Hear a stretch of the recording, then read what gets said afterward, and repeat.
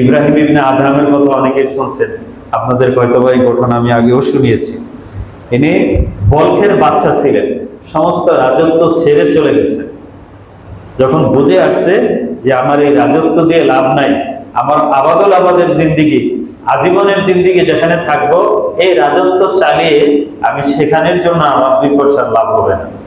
এগুলো মন্ত্রী পরিষদ ডেকে সবাই ডেকে রাজত্ব বুঝাই দিয়া উনি বাড়িঘর ছেড়ে দিয়ে আবাদতে মগ্ন হয়ে গেছে। আবাদত করতে করতে করতে করতে এমন আবাদত অর্জন করছেন যে খিজির আলাইহিস সালাম একবার ওনার কাছে সাক্ষাৎ করতে আসছে।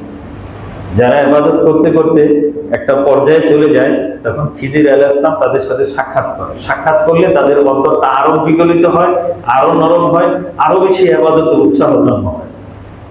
খিজির আলাইহিস সালাম হলেন ওই ব্যক্তি যিনি সূরাতুল কাহাফে মুসা আলাইহিস সালাম সম্পর্কে যে ঘটনা আছে, সেই দুনিয়ার মুসা আলাইহিস সালামের আগের মানুষ, কিন্তু এখনো আছে। কারণ উনি আবে হায়াত খাইছেন। পৃথিবীতে একটা কুয়া আছে, যে কুয়ার পানি যে খেতে পারে তাহলে কিয়ামত পর্যন্ত সে মরবে না। আল্লাহ পাক রব্বুল আলামিন জাহান্নাম থেকেও জাহান্নামীদেরকে বের করে আবে হায়াত দিয়ে গোসল করে তার সমস্ত গুনাহ পঙ্কিলতা থেকে পবিত্র করে তাদেরকে জান্নাতে প্রবেশ করাবে। জান্নাতের শুরুতে এই আবে হায়াতটা নদী হিসাবেই প্রবাহিত থাকবে। এর পানি খাইলে মানুষের আর মরণ হবে না। এই আবে হায়াত খেয়েছেন খিজির আলাইহিস সালাম। যাই হোক, খিজির আলাইহিস সালাম এমন একজন ব্যক্তি যিনি যা দোয়া করেন সেই দোয়াটাই কি কবুল হয়। তখন আয়েশা খিজির আলাইহিস সালাম সালাম দিচ্ছেন, আসসালামু আলাইকুম। সালাম দেওয়ার পর বলছেন ওয়ালাইকুম আসসালাম ওয়া রাহমাতুল্লাহ। শুনে আল্লাহ আল্লাহ আল্লাহ আল্লাহ উত্তর দিয়ে আবার জিকির করতেছেন আল্লাহ আল্লাহ আল্লাহ আল্লাহ। এক মুহূর্ত, একটা নিঃশ্বাসও যেন না, টার্গেট হলো আমার একটা মুহূর্ত, হায়াতের একেবারে ন্যানো সেকেন্ডও যেন আল্লাহর জিকির ছাড়া না পারা। আমরা ধরেন বাসে চলতেছি, গাড়িতে যেতেছি, এই ট্রাফিক জ্যামে বসে আছে, ইচ্ছা করলে কিন্তু তাসবিহ করতে পারি। আমি আরবের মানুষগুলো দেখছি, ড্রাইভিং করে সে ড্রাইভার, একটা তাসবিহ তার হাতে আছে, পড়তেছে সুবহানাল্লাহ সুবহানাল্লাহ। অতিরিক্ত কথা পছন্দ করে না, বসে আছে জিকির করতেছে। ফালতু কথা মসজিদে আসলে দেখবেন আমাদের দেশের মানুষ এখনো জামাতের সময় বাকি, দুইজনে বসে বসে কানা ঘুষা গল্প গুজব, মানে দুনিয়ার সব কথাবার্তা যেন এখানের জন্য জমে আছে। অথচ ইন্নাল মাসাজিদা লিল্লাহ ফালা তাদউ মা আল্লাহি আহাদা, মসজিদ আল্লাহর ঘর, এখানে অন্য কাউকে ডাইকো না। আরব দেশের মানুষ যদি 5 মিনিট সময়ও থাকে, সে 2 রাকাত নামাজ পড়ে কোরআন শরীফটা নিয়ে আধা পৃষ্ঠা হলেও পড়বে, কোরআন শরীফটা হাতে নেবে, এটা তাদের উপর। মসজিদে গল্প গুজব করে, তা আমাদের দেশের মানুষ মসজিদে গল্প গুজব করে, বেকার সময় নষ্ট করে। হায়াতের গুরুত্বপূর্ণ টাইম, একটা সোনালী সময়গুলো, মুহূর্তগুলো খামাখা নষ্ট করে। এটা আরবের দেশের মানুষ দেখছি তারা জিকির করে, আদৌ জিকির করতে থাকে। যাই হোক, তো আমরা এই সময়টাকে কাজে লাগাই। তো ইব্রাহিম ইবনে আদম জিকির করতেছে, সালামের উত্তর দিয়ে জিকিরের মধ্যে মুশকিল হয়ে গেছে, পাত্তা দিতেছে। অনেকক্ষণ পরে বলতেছে আমি খিজির, আমি খিজির। ও চোখ করে বলতে, ও আপনি খিজির? হ্যাঁ হতে পারেন, আমি তো আপনাকে দেখি নাই, খিজির হলেও হতে পারেন, ঠিক আছে আপনি খিজির। এটা বলে আবার জিকির করতেছে আল্লাহ আল্লাহ আল্লাহ আল্লাহ সুবহানাল্লাহ সুবহানাল্লাহ সুবহানাল্লাহ সুবহানাল্লাহ।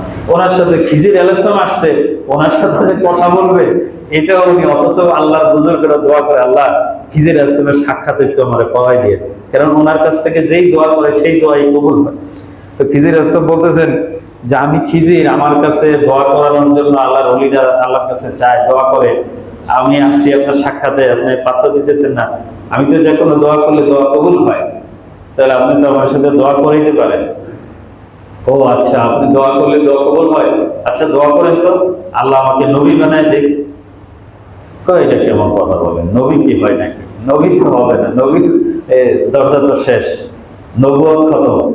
এখন আপনি অন্য দোয়া করাইতে পারেন, তাহলে তো আপনি দেখা যায় সব পারেন। আপনি তাহলে সব তো আপনি পারেন না, যিনি সব পারে আমি তার সাথেই সময় ইয়ে করি, আপনার সাথে খামাখা আমার সময় নষ্ট করি, বলেন লাভ আছে? হ্যাঁ, আপনি ভালো থাকেন। আবার জিকির করে আসে সুবহানাল্লাহ সুবহানাল্লাহ সুবহানাল্লাহ, জিকির করতেছে। দেখেন আল্লাহর ওলিদের কি মাকাম, কি স্তরে পৌঁছে গেছে, যেখানে ওনারা খিজির আলাইহিস সালামেরও কি নাই প্রয়োজন। জিবরাইল মিকাইল আলাইহিস সালাম আসছেন ইব্রাহিম আলাইহিস সালামের কাছে যে আপনি অর্ডার দেন এই তুফান দিয়ে ঝড় দিয়ে এই নমরুদের আগুন উড়িয়ে শেষ করে দিন।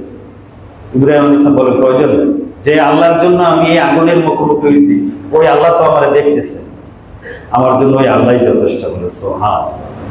কোন পর্যায়ে ঈমান গেলে জিবরাইলের সাহায্য আর দরকার নেই।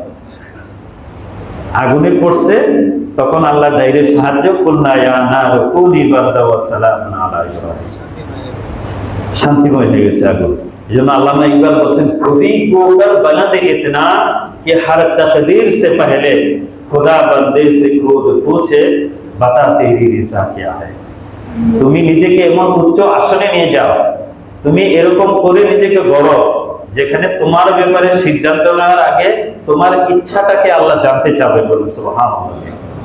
তা আমাদের এই হায়াতুল পুঁজি এটাকে যদি আমরা লস প্রজেক্টে এইভাবে নষ্ট করে দিই তাহলে আমরা এই হায়াত দামি বানাবো কি দিয়ে?